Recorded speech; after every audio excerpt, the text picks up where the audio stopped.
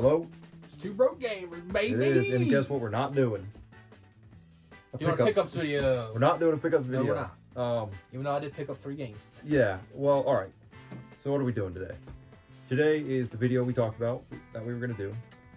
Actually, oh, yeah, that's right. Yeah. There's 2 videos we talked about we were going to do. This one is top 10 games of all time for each of us. Now, this episode will be my list, and then there'll be a separate video for his list. Yes. But before we get into the top 10, I want to disclose, I know it's even crazy that I've said this is my personal opinion list. This is not top 10 greatest games of all time, period. No matter what you say, these are the best. It's just opinion. And nostalgia does take a couple spots. Yeah, so don't come in here being like, you're wrong, dude. Yeah, don't do that. Yeah, don't do that. But I'm going to start with some honorable mentions.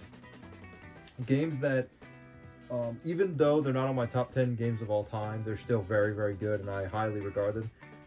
There's so many games I could probably put in my honorable mentions. I don't know about you, but there's like probably hundreds. Yes. So these are just some that I happen to own, that I played kind of recently, or that when I think of my favorite games, it comes to mind, but not quite top 10 of all time. One that I wanted to talk about as an honorable mention, I actually beat it recently, and I didn't realize how good the game is, honestly, and that's Earthworm Jim. That's got to be an honorable mention for me. Earthworm Jim is just so good. It's got to be. It has to be. I'm telling you, when you play through this game, I'm telling you, I gotta play this. I'm telling you, Earthworm Jim is a fantastic game, and it has to be an honorable mention. I'm gonna go through the honorable mentions quick. Another honorable mention is Hades on PS. Well, this is just the PS5 version. Hades is an honorable mention for me. I really need to play that. Excellent roguelike, beautiful art, story, everything. So Hades PS5 is an honorable mention. Another honorable mention for me is Ghost of Tsushima. Something that I couldn't quite put it on my top 10 games of all time, but an amazing game that certainly belongs somewhere on this list, even if it's just an honorable mention. So Ghost of Tsushima is great.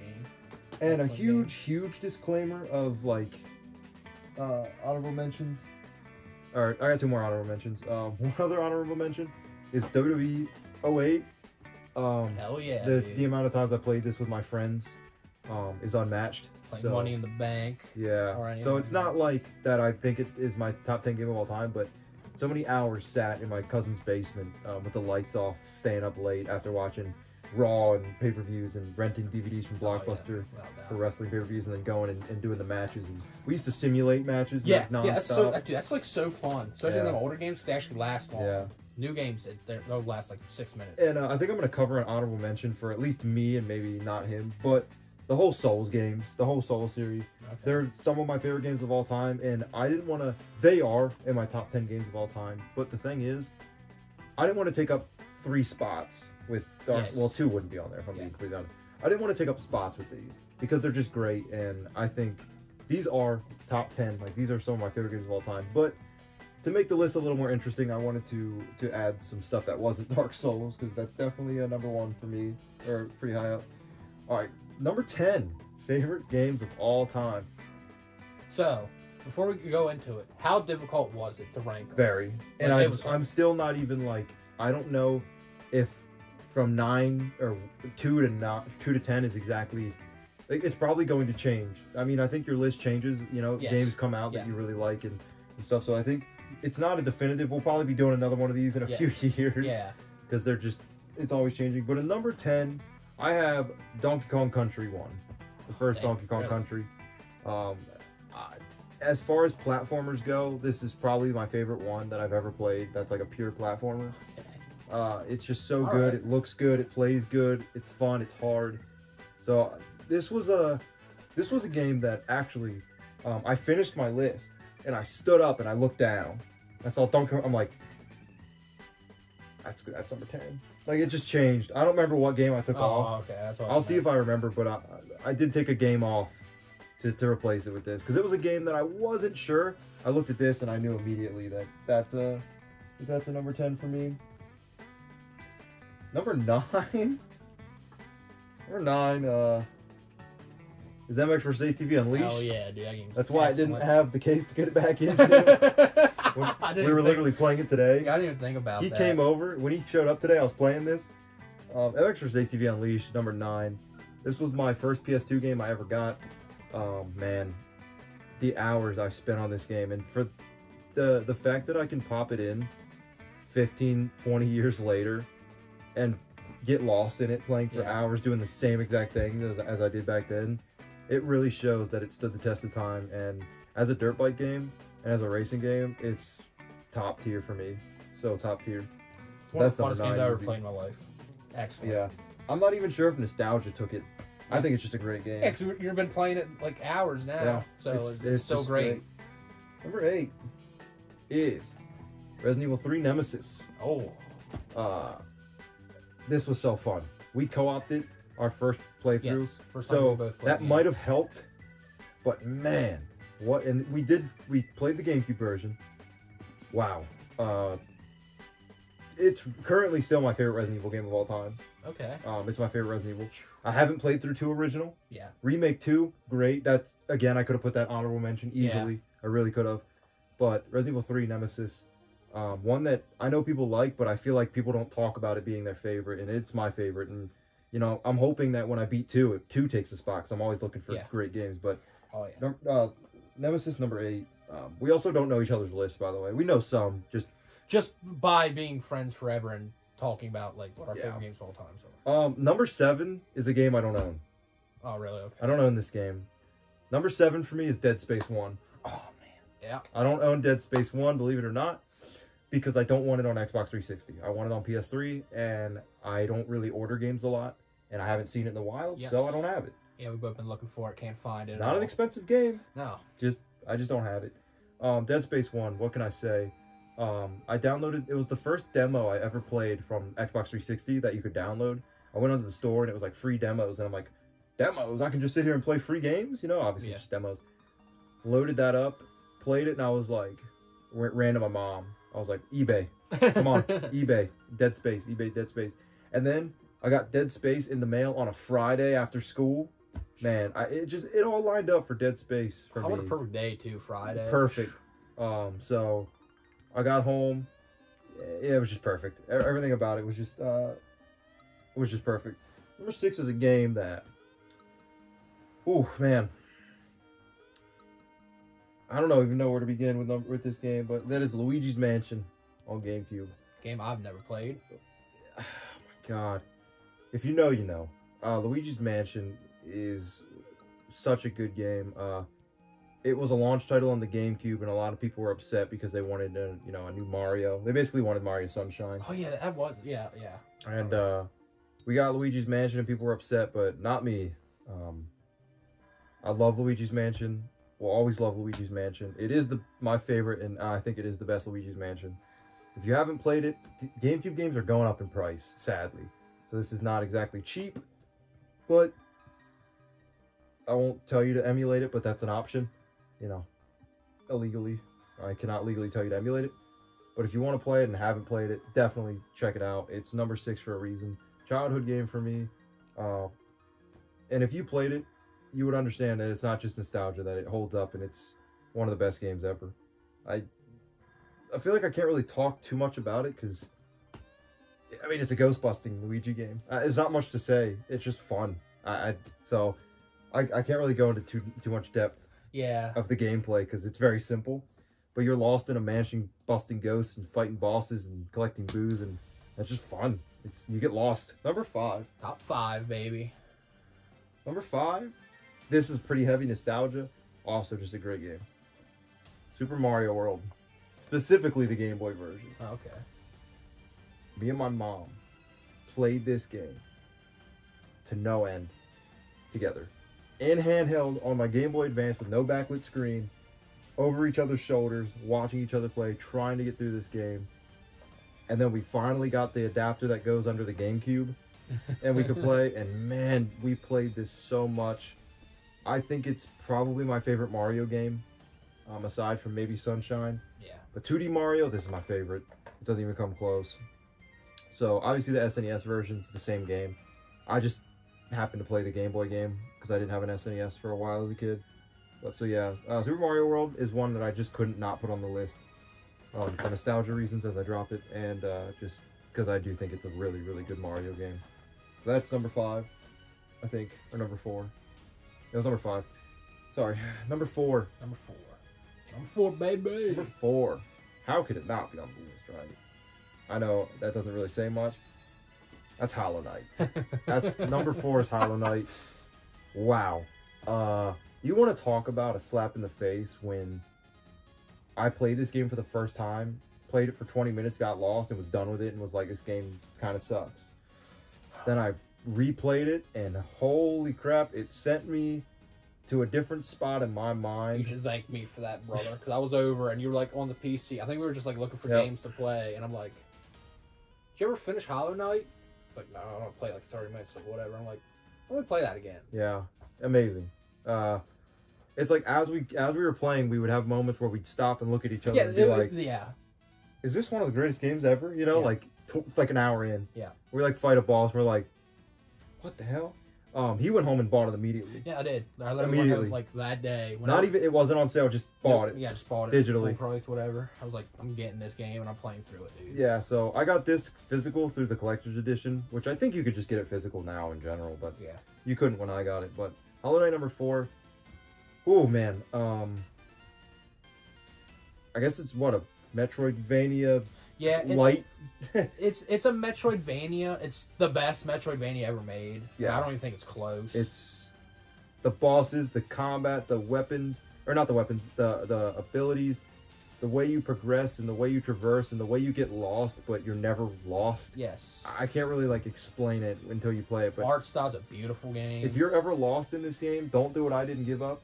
Just know if you can't go there right now, you'll go there later. Just anywhere you can go. You can't do it backwards. You can't do it wrong. Yeah. It will block you out from places if you can't go. If you can go, play it, enjoy it. It's so good. It's like $20. Like, not on sale. It's a $20 game. A game's worth like $100. This is such a good game. So yeah, this had to be on the list. 3, I own it and I forgot to grab it down, but whatever. I grabbed this because I forgot, but it's not Skate 1, it's Skate 2. He has Skate 2, so I'm going to borrow his Skate 2. This is my number 3.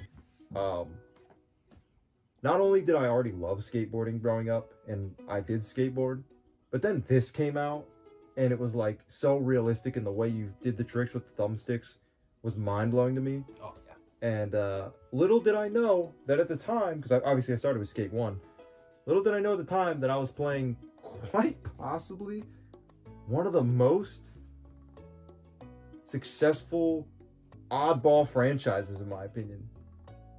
Like, Tony Hawk is super successful, and Skate is super successful, but like, what other sport, or what other like BMX games, or, you know, like SSX, I guess. Yeah. But like Skate and Tony Hawk, like, what a weird successful thing, because even coming from someone like you who doesn't skateboard and didn't really skateboard other than messing around, riding around, loved this game, right? So this game's for everybody. Everybody loves these games. If you haven't played it, just play it. You'll like it. It's just fun. I don't get it. Like, I can't even begin to explain why Skate 2 is good and why Skate is good, because it's just a skateboarding game. But man, the physics and the environments and the story. There's a story in Skate. It's so good. I have this on Xbox 360. I just forgot to get it down. Skate 4, please don't get put on hold. Please come out. I'll give that back to you. But that is my number 3. And it's not even close, honestly. My number 2. We're winding down. My number 2 game of all time is Pokemon Diamond. Oh, okay. Pokemon Diamond was single-handedly the reason that I bought a DS. I loved this cover, this flaky, translucent cover. I saw it and I was like, alright, Pokemon. I've heard of Pokemon. I think Pokemon's alright. I was like, I'm gonna ask for Pokemon. I asked for Pokemon. And I got it on Easter. Weird, right? That's a weird holiday. I think my parents were gonna get it for me anyway, and they were like, Easter's coming up, we can like slip it in his hand. But a funny story about this game. My friend came over and he had his DS and he had Pearl. And he was talking about Pokemon. I'm watching him play and I'm like, I asked for this. Like, I asked for this, and I wonder if I'm getting it. And I told my mom, I was like, Mom, I know Easter's like in a few days and stuff, but my friend's over and he wants to trade Pokemon and we want to play together, blah, blah. You know, I don't know if you got it for me, but can I have it early? Right? And she just kind of blew me off. Didn't really say anything. Yeah. And lo and behold, we're sitting there and I'm hunched over his shoulder, you know, watching him catch like Bidoofs, you know, I'm like blown away. And all of a sudden, sliding under my door comes Pokemon Diamond. My mom gave it to me early. We played it together, and man, the memories that I have with Pokemon Diamond, trading with my cousin and getting through the Pokedex and traversing, because this is the first Pokemon game that I actually sat down and like played. I was alive before, you know, like I could have played the other ones, but Pokemon didn't grab my attention until Diamond, and once Diamond got a hold of me, the whole Pokemon franchise got a hold of me, and now we're here, and I've played every gen of Pokemon to date other than Sun and Moon. So man, Pokemon Diamond, just an absolute classic for me, and one of the best Pokemon games. If you haven't played it, the remakes that came out are pretty good. I definitely recommend them too, but original Diamond is unbeatable to me. All right. And number one, coming as no surprise to you, no, and maybe not anyone else, is Cyberpunk 2077. Let me tell you about Cyberpunk 2077. Hear me out. They paid. I'm just kidding. Cyberpunk is terrible. Yeah, they paid me to say this. No, my favorite game of all time is Bloodborne. It's not close. Bloodborne is my favorite game of all time. It's a game that when I first played through, I was like, yeah, it's all right. It's pretty easy. I don't really care about it. A year later, I played it and I was getting destroyed, and I loved it more. I don't know what it was, but a year went through. I matured as a man, I guess, and I sucked all of a sudden at Bloodborne, but it became my favorite game. Yeah, that's one of the best games of all time as well. I think it is the greatest game on PS4. That's me being biased because it's literally my favorite game of all time. But I got myself a Bloodborne tattoo. I mean, I love the game. I can't stress it enough. I love the Souls series. I love anything From Software does. Yep. But this is an absolute masterpiece in more ways than one. And if you haven't played Bloodborne, I know they're challenging games, and this one especially is pretty hard. Oh yeah. It's not Sekiro hard, but it's their second hardest game. You gotta give it a try, man. That gothic horror style, the enemies and the weapons and just everything about Bloodborne is just so good. I can't. Oh, God. To me, the only people I've ever heard trash Bloodborne is people that don't have a PS4. Yeah. Yeah, it is a PS4 exclusive. Because they're like, they don't want to say it, but they're just jealous that they can't play it because it's not on PC. And it should be on PC, to be fair. So. It is a PS4 exclusive, so if you don't have a PS4, you can't play it. Sorry. But, you know, maybe we'll get Bloodborne on PC one day. Oh, yeah. Yeah, keep dreaming, dude. Yeah, so that's my top 10 list. Again, it's my own opinion, so some of these games you might be thinking, like, where's Final Fantasy VII? Well, I didn't play it.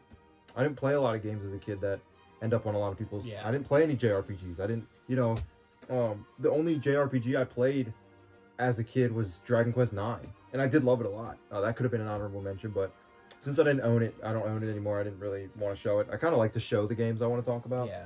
But, yeah, so again, it's my own list. It's got some oddballs in there. It's got some ones that, you know, might shock you and might not shock you, but that's the beauty about, you know, games, is there's millions of them for a reason. Everyone's going to gravitate towards the ones that they gravitate towards, and ones you played as a childhood and still love as an adult really... Oh, yeah. Really hold up. Yes. That really means that they're good to you. Yeah. If you play a game that you loved as a kid now, you're like, yeah, maybe this game wasn't good. But when you pop in some of these games and you're lost in it again for hours, you're like, yeah, it's a good game. Yeah. Yeah, it's one of my favorite games. So, that is my list. Now we are going to go record Ryder's list, which these videos should pretty much launch around the same time. Yeah, probably. So if you're watching this one, the other one should be up too, so you can then go watch his list. But with that being said, I appreciate you guys watching. Thank you. Be on the lookout for a games we've been playing video. We need to make that. Well, are we going to actually do that? We're going to record that right after his list. Yeah, I should have every game to show.